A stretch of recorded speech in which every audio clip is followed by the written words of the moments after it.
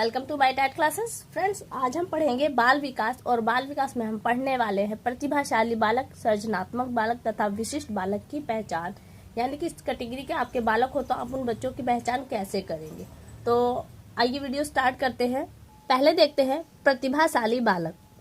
Friends, वैसे प्रतिभाशाली और सृजनात्मक बालक, वैसे दोनों को हम एक ही कैटेगरी में मान लेते हैं। हमारे दिमाग में एक ही चीज चलती है कि ये दोनों बालक एक ही होते हैं, लेकिन प्रतिभाशाली बालक और सर्जन बालक, जो सृजनात्मक बालक है, इन दोनों में काफी अंतर है। सर्जन बालक जो नई वस्तुओं को इजाद करे और जो प्रतिभाशाली है उनके अंतर्गत शरारती बालकों को रखा जाता है। हालांकि ये हर क्षेत्र में कहीं आगे होते हैं, लेकिन सृजनात्मक तो हर क्षेत्र में आगे नहीं होते, वरन किसी चीज के निर्माण में वो सबसे आगे होते हैं। तो पहले देख लेते हैं प्रतिभाशाली बालक। प्रतिभाशाली बालक सामान्य बालकों से सभी बातों में श्रेष्ठतर होते हैं, यानी कि वो हर क्षेत्र में श्रेष्ठ होते हैं सामान्य बालकों की अपेक्षा। परिभाषा क्या दी गई है? स्किनर एवं हैरीमैन के अनुसार प्रतिभाशाली शब्द का प्रयोग उन 1% बालकों के लिए किया जाता है जो सबसे अधिक बुद्धिमान होते हैं, वो क्लास में सबसे फर्स्ट होते हैं और केवल पढ़ाई में ही नहीं वरन हर क्षेत्र में आगे होते हैं, वो होते हैं आपके प्रतिभाशाली बालक।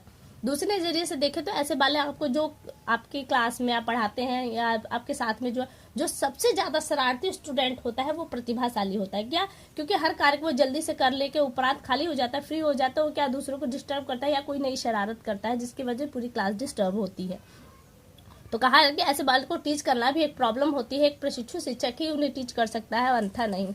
आगे दिया है प्रतिभाशाली बालक की विशेषताएं क्या है। इन बालकों को आप कैसे पहचानेंगे, उनकी कैसे कि ये प्रतिभाशाली बालक है, उनके अंदर वो कौन से गुण है।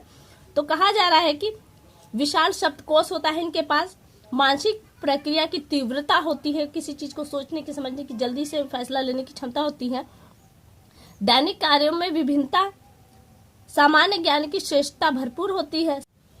अगला है सामान्य अध्ययन में रुचि लेते हैं, अध्ययन में अद्वितीय सफलता प्राप्त करते हैं, आश्चर्यजनक अंतर्दृष्टि का प्रमाण भी देते हैं। और कहा जाए पाठ्य विषयों में अत्यधिक रुचि या अरुचि, यानी कि अगर वो पढ़ते हैं रुचि पूर्वक तो पूर्णतः रुचि में के साथ पढ़ेंगे, अगर नहीं पढ़ते तो पूरी अरुचि, यानी कि उनके कुछ भी समझा लीजिए उनके दिमाग में नहीं घुसने वाला।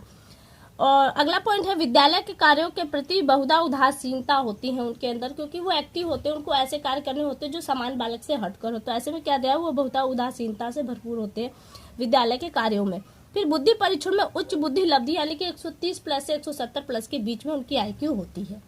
ये हुआ प्रतिभाशाली बालक की विशेषताएं। फिर दिया है ऐसे बालकों को शिक्षा आप कैसे देंगे। प्रतिभाशाली बालक की शिक्षा, तो हैविस कृष्ण के अनुसार उन्होंने कहा है प्रतिभाशाली बालकों के लिए शिक्षा का सफल कार्यक्रम वही हो सकता है जिसका उद्देश्य उनकी विभिन्न योग्यताओं का विकास करना है। यानी कि ऐसा ही टीचर उन्हें प्रशिक्षण दे सकता है, शिक्षित कर सकता है जो उनके चहुमुखी विकास को चाहता है। तो देखिए वो कौन कौन से पॉइंट्स हैं जिससे उसका विकास हो सके। यहाँ पे दिया है पहला पॉइंट है सामान्य रूप से कक्षोन्नति करके। बच्चा पढ़ने में तेज होता है तो वहाँ पे कक्षोन्नति, यानी कि उसको एक क्लास का स्टूडेंट है, अगर वो बहुत ही ज्यादा टैलेंटेड है तो उस क्लास 2 में डाल दिया जाए, न कि 1 में पढ़ाया जाए। विषय में विस्तृत पाठ्यक्रम, उसको जो विषय उसके हिसाब से उसका पाठ्यक्रम है थोड़ा विस्तृत होना चाहिए। शिक्षक का व्यक्तिगत ध्यान होना चाहिए, क्योंकि क्या होगा वो अपने कार्य को करने के बाद किसी न किसी को डिस्टर्ब करेगा, तो आप क्या करेंगे, आपका विशेष ध्यान होना चाहिए ताकि वो आप उसके टीचिंग को भी ध्यान दे सके और वो किसी स्टूडेंट किसी और को डिस्टर्ब न कर सके, ऐसा हो सके। अगला पॉइंट है संस्कृति की शिक्षा भी उसे देनी चाहिए, समान बालकों के साथ ही शिक्षा देनी चाहिए, उसे अलग से शिक्षा नहीं देनी चाहिए। विषय अध्ययन की सुविधाएं भी देनी चाहिए, पाठ्यक्रम सहभागी क्रियाओं का आयोजन करना चाहिए, सामाजिक अनुभव के अवसर, नेतृत्व का प्रशिक्षण और व्यक्तित्व का पूर्ण विकास करना चाहिए। तो ये हुआ उनके शिक्षा के क्षेत्र में, अगर उन्हें आप आगे ले जाना चाहते हैं, क्योंकि अगर आप सही दिशा नहीं देंगे तो उनकी जो अंदर क्रिएटिविटी है वो कहीं बुराइयों की तरफ झुक जाएंगी, तो आपको एक सही दिशा देनी है। आगे है प्रतिभावान बालकों की पहचान। अब ऐसे बालक आपकी क्लास में है तो आप उनकी पहचान कैसे करेंगे। तो दिया है बुद्धि परीक्षण, और जो भी परीक्षण आप यहाँ करेंगे वो एक प्रशिक्षण टीचर के माध्यम से ही होना चाहिए। अगर वो टीचर प्रशिक्षण है तभी वो परीक्षण कर पाएगा, अन्यथा नहीं कर पाएगा। तो पहला बुद्धि परीक्षण, इसमें प्रतिभावान की पहचान के लिए अध्यापक विभिन्न प्रकार के बुद्धि परीक्षण कर सकता है और उसी के हिसाब से उनको प्रतिभाशाली है कितना है और किस हिसाब से वो अपना देख सकता है। दूसरा है हमारा उपलब्धि परीक्षा है, उसके जो पिछले रिकॉर्ड्स वगैरह है वो उनको निकाल के देखकर उनकी IQ का अंदाजा लगाकर ये जान सकता है कि कौन सा बालक प्रतिभाशाली है। आगे है दिया है। तीसरा पॉइंट है अभिरुचि परीक्षा। देखिए हर एक स्टूडेंट की एक विशेषता होती है, एक रुचि होती है, तो क्या उसकी रुचि के अनुसार उसे समझे, जाने और उसको वो दिशा प्रदान करे जिसमें उसकी रुचि है। तो ये भी कहीं ना कहीं प्रतिभावान बालक को आगे ले जाता है। आगे दिया है संबंधित व्यक्तित्व से सूचना, यानी कि जो प्रतिभाशाली बालक है, जो आपकी नज़र में प्रतिभाशाली दिख रहा है, तो उससे रिलेटेड जो व्यक्ति है उनसे आप पूछताछ करके ये पता लगा सकते हैं कि बच्चा कितना ज़्यादा अनुभवी है या प्रतिभाशाली बालक है।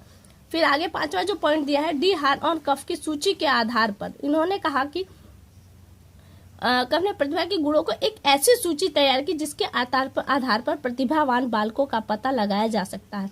इस सूची में प्रमुख विशेषताएं निम्नलिखित हैं और कुछ विशेषताएं दी, उनमें कुछ पॉइंट है। ऐसे बालक सब कुछ आसानी से याद करने लेते हैं, यानी कि उनके अंदर मेमोरी जो क्षमता है वो अच्छी होती है। दूसरा पॉइंट है ये स्पष्ट रूप से सोचने, अर्थों को समझने और संबंधों की पहचान करने में श्रेष्ठ होते हैं। तीसरा दिया सामान्य बुद्धि का प्रयोग अधिक करते हैं, बिना रटकर समझने में ज्यादा विश्वास करते हैं, क्योंकि रटने वाले वो ये बात जानते हैं कि हम रटेंगे तो भूल जाएंगे, जबकि समझ लेंगे तो हम भूलेंगे नहीं। अगला है शब्द ज्ञान। तो शब्द ज्ञान बहुत विस्तृत होता है, उनको जो शब्द भंडार है बहुत ज्यादा विस्तृत होता है। और अगला है कठिन कार्य को आसानी से भी कर लेते हैं वो, और मौलिक जो चिंतन कर सकते हैं उनके अंदर मौलिक चिंतन करने की क्षमता भी होती है। और आगे दिया है प्रतिभाशाली बालकों की जो शैक्षिक व्यवस्था है उन्हें कैसे की जाए। तो यहाँ पे देखिए दिया गया है कक्षा में प्रतिभावान बालकों उपस्थित अध्यापकों के लिए बहुत सी समस्याएं उत्पन्न कर देती है, अतः ऐसे बालक के लिए विशेष शिक्षा की आवश्यकता पड़ती है। आपने देखा होगा कि प्रतिभा वाली जो स्टूडेंट है वो किसी कार्य को जो आप देते हैं वो फटाफट कर लेते हैं, और क्या करते हैं, क्या वो दूसरे बच्चों को डिस्टर्ब करते हैं।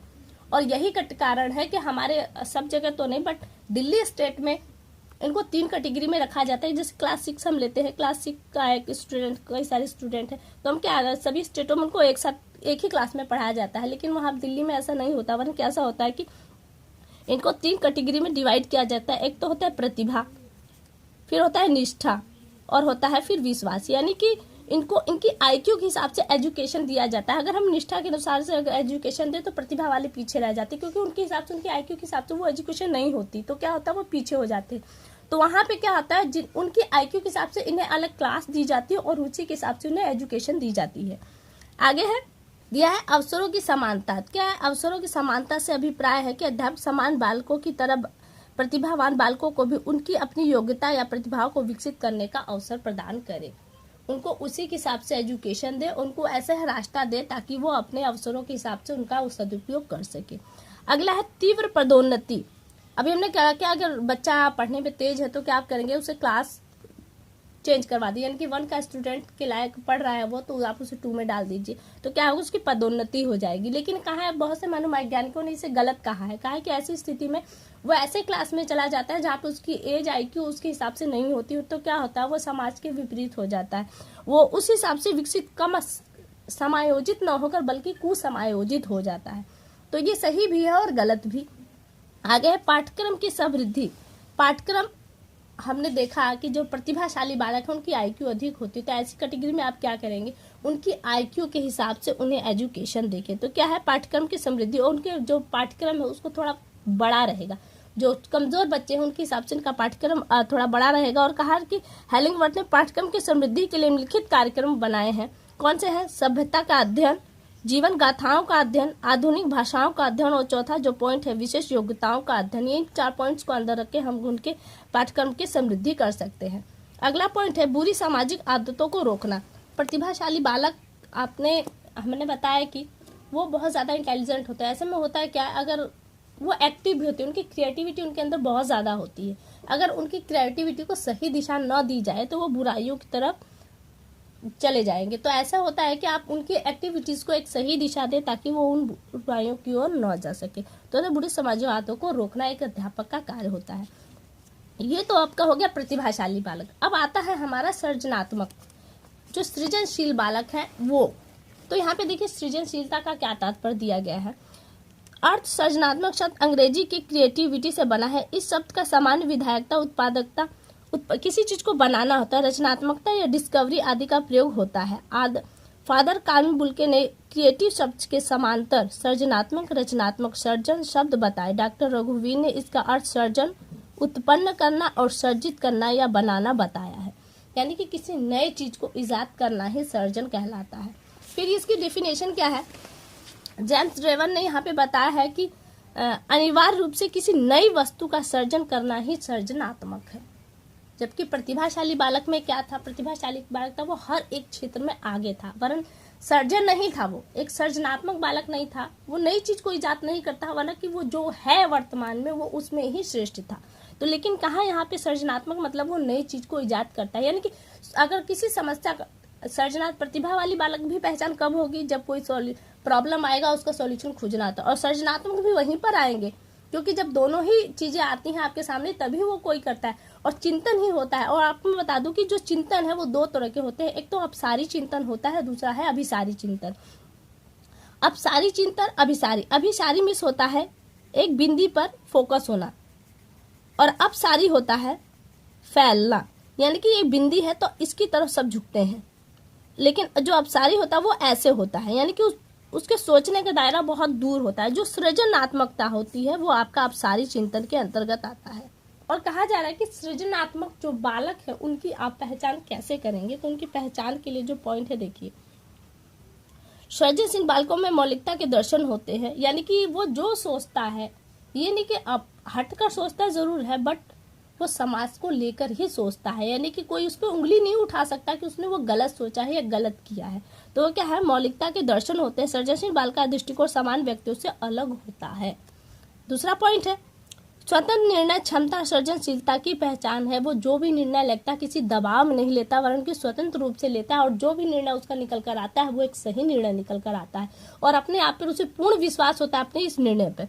तो जो व्यक्ति किसी समस्या के प्रति निर्णय में स्वतंत्र होता है वो सृजनात्मक समझा जाता है, क्योंकि स्वतंत्र रूप से ही कहाँ का किसी बिंदु से चारों ओर जब वो फैलता है उसके सोचने का दायरा बहुत बड़ा होता है, वही सृजनशीलता कहलाती है। तीसरा पॉइंट है परिहास प्रियता, यानी कि जो परिहास होता है ना, देवर भाभी का मजाक और जीजा साली का मजाक, तो वो सृजनात्मकता की पहचान होती है। वो ऐसे मजाक, क्योंकि सब लोग मजाक नहीं करते, रिश्ते बहुत बनते हैं, लेकिन जीजा साली के बहुत से रिश्ते हैं, लेकिन क्या सब लोग मजाक करते हैं? नहीं, लेकिन कुछ ही लोग करते हैं। तो क्या उसमें सृजनात्मकता की पहचान होती है। और यह सृजनात्मक बालकों में हंसी मजाक की प्रवृत्ति भी पाई जाती है। जो मजाक करते हैं बालक, मतलब ऐसे शब्द को बोलेंगे, अपनी माँ हो, बहन हो, भाई हो, कोई भी हो, ऐसे वर्डों को यूज करते हैं कि आपको हंसी आ जाएगी, तो वो आपका, तो वो ऐसे कौन से बालक होते हैं? वो अपने सृजनात्मक बालक होते हैं। चौथा पॉइंट है उत्सुकता भी सृजनात्मकता की एक आवश्यक तत्व है, क्योंकि उत्साह जिसके अंदर होगा वही किसी प्रॉब्लम को सॉल्यूशन खोजेगा, और सॉल्यूशन के लिए वो सृजनशील भी होगा।